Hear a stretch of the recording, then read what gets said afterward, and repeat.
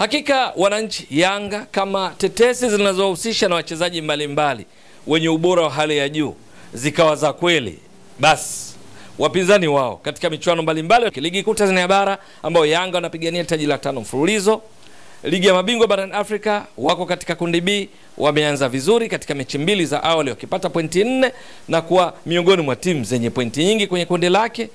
Wao na Al Ahly wote na pointi 4, lakini wakizidiwa na Al Ahly kwa tofauti tu ya mabao ya kufunga na kuruhusu.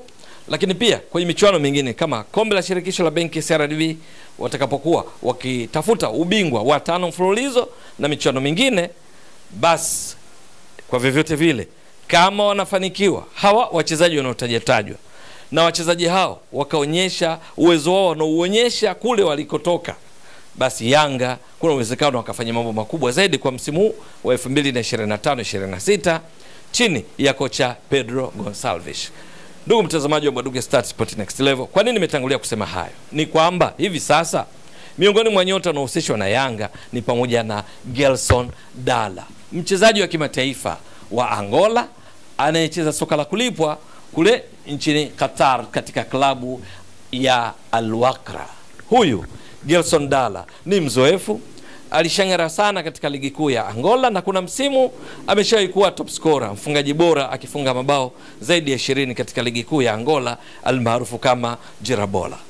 Huyu ameshawahi kucheza katika ligi kuu ya Ureno. Miongoni mwa timu alizozichezea ni pamoja na Sporting Lisbon, ni pamoja na Rio Ave, zote za ligi kuu ya Ureno.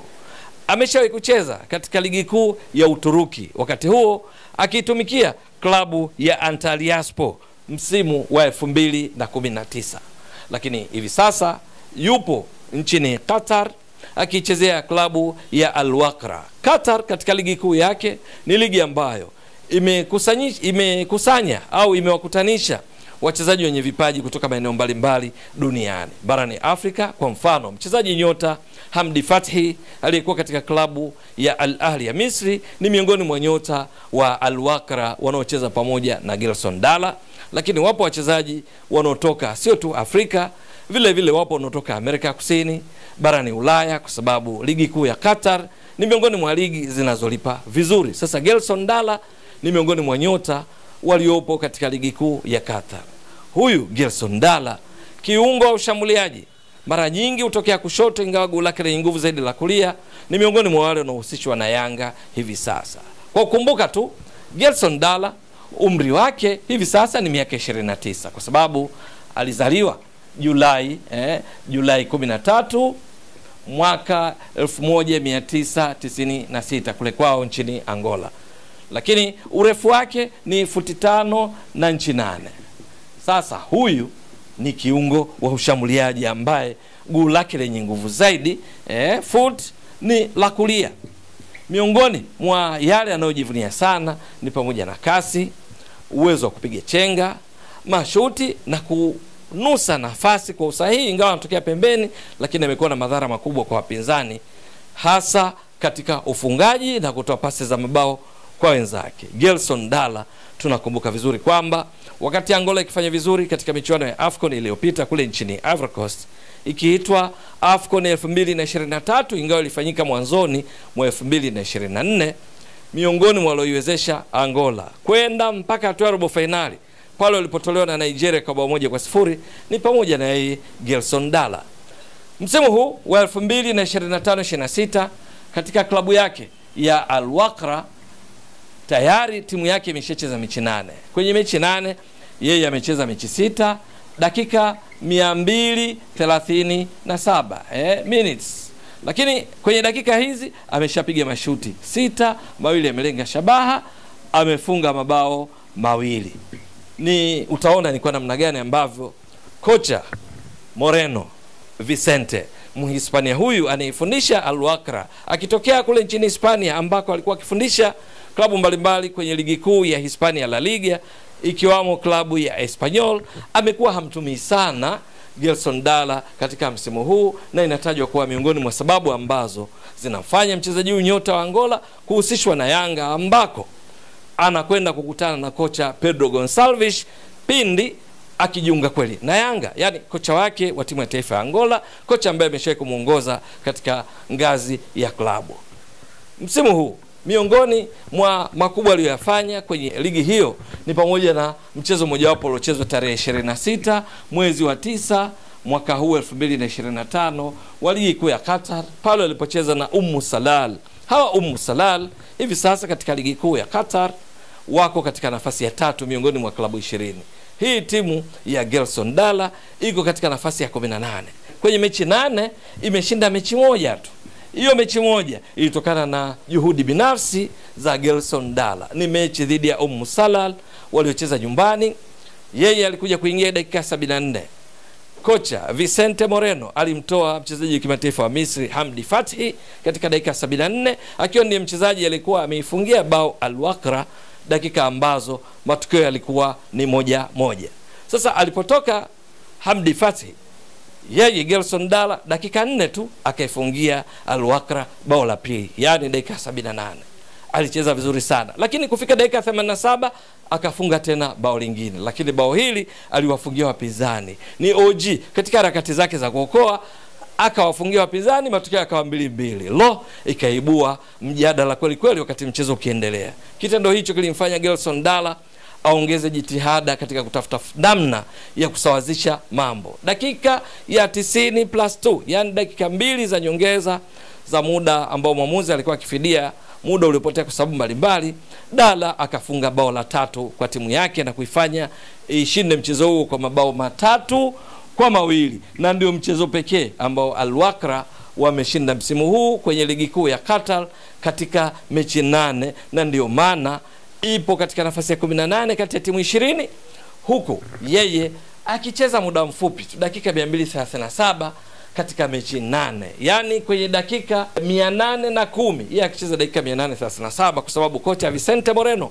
hamtumii sana, ikiwa ni miongoni mwa sababu zinazomhusisha na Yanga. Lakini pia uwezo wa Yanga kifedha, ukwasi unatajwa kuwa ni sababu mojawapo, mbali na ile inatoka kueleza kuwapo kwa kocha Pedro Gonçalves.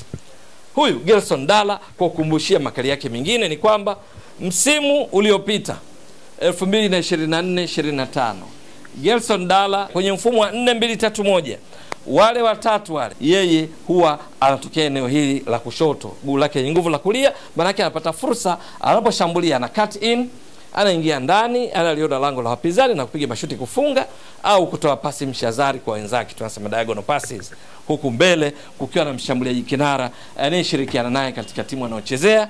Lakini pia wakati mwingine hutokea huku kulia na kuwa kama orthodox winger, akiongeza mapana ya uwanja kupiga cross, wakati mwingine akiingia ndani ingawa anatokea huku kulia, kisha beki wa upande huu kwenda kupanda kuongeza mapana ya uwanja. Sifa yake kubwa mojawapo Gelson Dala ni kasi na mashuti yenye shabaha sahihi.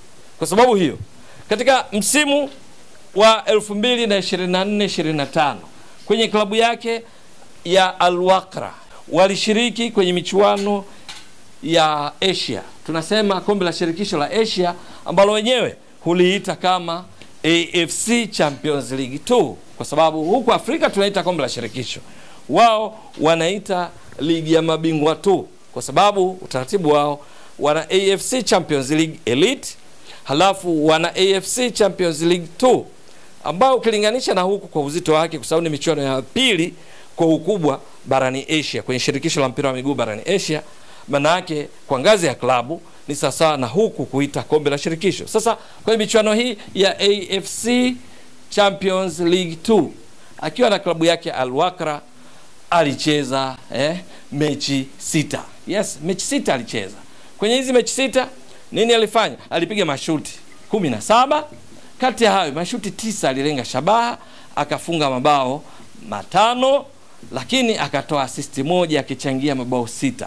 Huyu ni Gelson Dala, kuonyesha uwezo wake wa kudhuru wapinzani. Lakini kubwa zaidi ambalo makocha umpenda sana ni kwamba Gelson Dala, ingawa yupo katika eneo la ushambuliaji, kiungo wa ushambuliaji, ambako uweza pia kucheza nyuma ya mshambuliaji kinara kama namba 10, kote anamudu vizuri Gelson Dala. Uwezo wake wa kupiga chenga unambeba, uwezo wa kupiga mashuti, kutoa assist, amechangamka mno. Ni kwamba anapigania sana mipira pindi timu inapopoteza mpira. Ndiyo, imezoeleka wachezaji wa kaliba yake kwenye eneo la ushambuliaji huwa wanakaa uvivu, na hasa wale wenye kipaji cha kupiga chenga na kufunga katika kupigania mipira pindi inapopotea. Lakini kwa Gelson Dala iko kinyume chake. Mechi hizi 6 yeye alipigania mipira na kufanikiwa mara 19 kwa mafanikio. Gelson Dala, jambo ambalo ni miongoni mwa sababu ambazo makocha humpenda sana.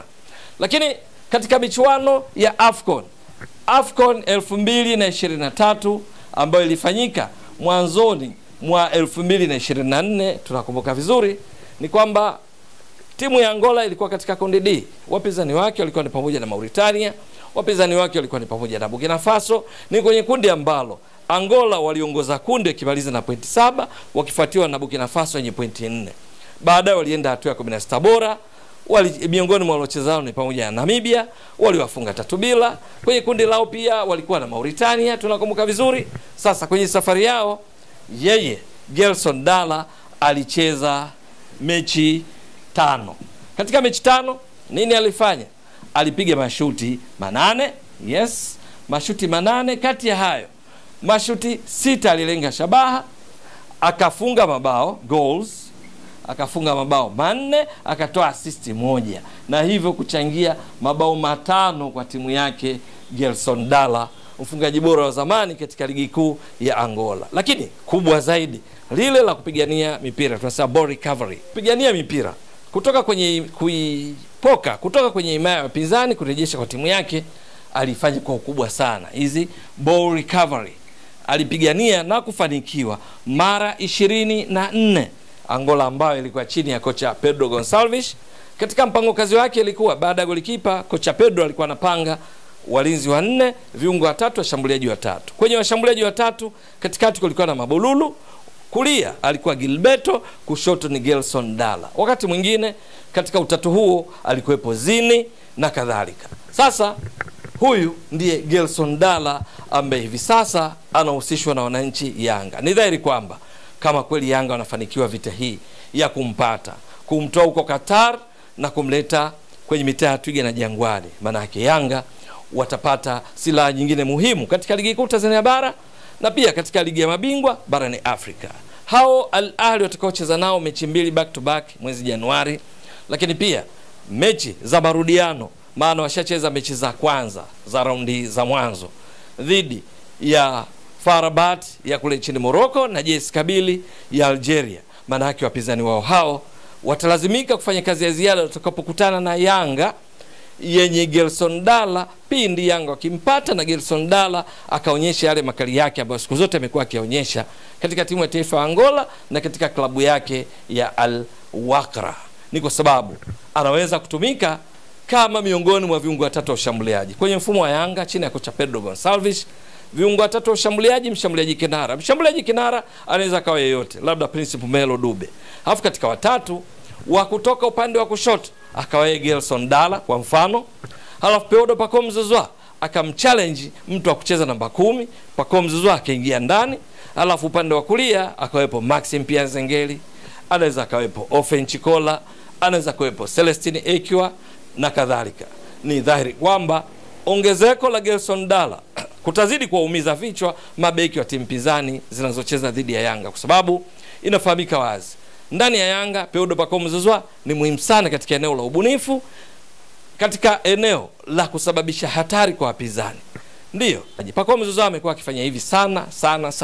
Na uzuri wa Pacome ni kwamba ndiye anayeongoza pia katika kupigania mipira ndani ya kikosi cha Yanga. Kwa mfano katika mechi dhidi ya FAR Rabat, ingawa yeye ni kiungo ushambuliaji, yeye ndo anasumbua zaidi na kuvuruga mipango au mpangilio wa kiulinzi wa timu pinzani, lakini Pacome Zouzoua timu inapoteza mpira yeye ndio miongoni mwa wale wa kwanza kuipigania. Mechi dhidi ya FAR Rabat aliongoza Yanga nzima katika kupora mipira kutoka kwa FAR Rabat, akipora Pedro Pacome Zouzoua akifanya ball recovery, akipora mipira mara 9 katika mechi dhidi ya FAR Rabat. Hata katika mechi dhidi ya JS Kabylie alikuwa miongoni mwa waliopora mipira mingi, ingawa kwenye mechi hiyo hakuongoza, alipora mipira mara 5.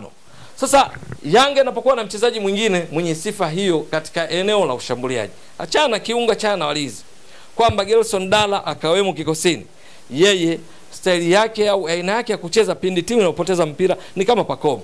anapambana kweli kweli katika kupigania mipira, manake hiyo ni silaha nyingine, lakini anaupata nafasi huzitumia, na ushahidi ndio nimetoa baadhi ya data hapa za kuthibitisha juu ya ubora wake mbele ya lango la wapinzani katika kufunga, lakini pia kutoa pasi saidizi za mabao.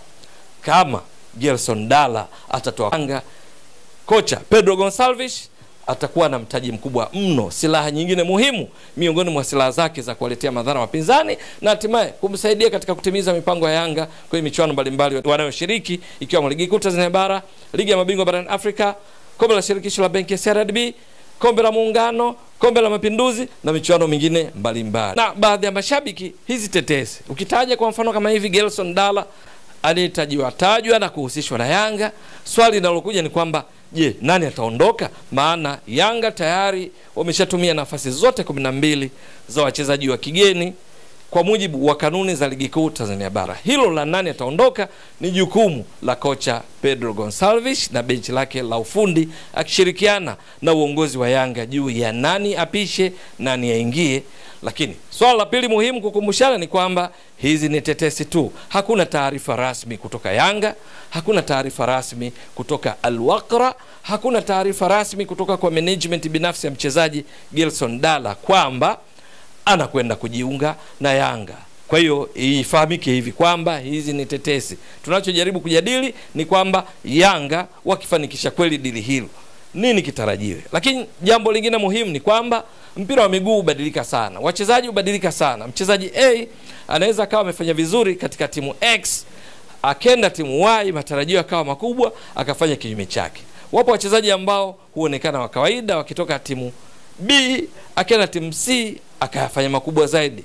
Mpira wa miguu kupanda na kushuka ni sehemu ya maisha yake, sio tu Tanzania, sio tu Afrika, hata barani Ulaya kuna mifano mingi ya wachezaji ambao wamesajiliwa kwa kishindo katika baadhi ya timu, wanachokionyesha ni tofauti na matarajio. Mifano iko mingi, mmoja wapo tu Fernando Torres, mshambuliaji wa kimataifa wa Hispania, wakati akitoka Liverpool kwenda Chelsea alikuwa moto kweli kweli. Alipotoa Chelsea, Fernando Torres alikuwa utafikiri mchezaji mwingine, hakuonyesha makali yoyote enzi zile. Lakini pia wapo kina Shevchenko, mifano iko mingi mno. Kwa hiyo kinachozungumzwa sasa wakati huu wa tetesi ni juu ya ubora na udhaifu wa wachezaji husika wanaohusishwa kuhama timu moja kwenda timu nyingine. Lakini watakachokionyesha ni swala la kusubiri uwanjani. Mjadala ni tetesi ambazo zinaweza kuwa kweli ama si kweli, kwa sababu wanaofahamu ni klabu zenyewe. Juu ya ubora wa mchezaji inategemea atakachokionyesha uwanjani. Celestine Ekwa alikuwa miongoni mwa wachezaji waliong'ara sana katika ligi kuu ya Ivory Coast msimu uliopita, lakini mpaka sasa ndani ya Yanga bado hajafikia kile ambacho kilitarajiwa, ingawa bado ni mapema mno. Lakini ni mfano mojawapo kwamba mchezaji anapohama kutoka timu moja kwenda timu nyingine, wakati mwingine kuna changamoto ambazo ukabiliana nazo kabla ya kung'ara. Stefan Aziz Ki ametoka kuwa MVP wa ligi kuu ya Ivory Coast. Alipotua Yanga mwanzoni alionekana kana kwamba kilichokuwa kikizungumzwa ni tofauti na uwezo wake, lakini kadri siku zilivyochanganya, Stefan Aziz Ki alithibitisha ubora wake, na hivi sasa hakuna anayebisha juu ya uwezo wake, akiwa sasa katika klabu ya Wydad Casablanca baada ya kuondoka Yanga akiwa na mafanikio makubwa. Mpira wa miguu ndo kaida yake, kupanda na kushuka. Matarajio yanaweza kawa hivi, yakawa kinyume chake. Anayetarajiwa kuwa chini anaweza kawa juu, anayetarajiwa kuwa juu akawa juu zaidi, ama kinyume chake. Ndio kawaida. Ni vizuri kufahamishana hili, ndugu mtazamaji wa Mbwaduke Stats Sport Next Level. Swali ni kwamba je, Yanga tetesi hizi ni za kweli kwamba watafanikiwa kumleta Gelson Dala, kumtoa Qatar ambako anatumikia klabu ya Al-Waqra tangu mwaka 2022? Hilo ni swala la kusubiri. Ewe mtazamaji wa Mbwaduke Stats Sport Next Level, endelea kuunga mkono channel hii kwa kuhakikisha kwamba una subscribe, una share, una like na kucomment. Mwasilishaji wako ni mimi Ramadhani Mbwaduke almaarufu kama Mzee wa Data. Shukran jazilan. Bye bye.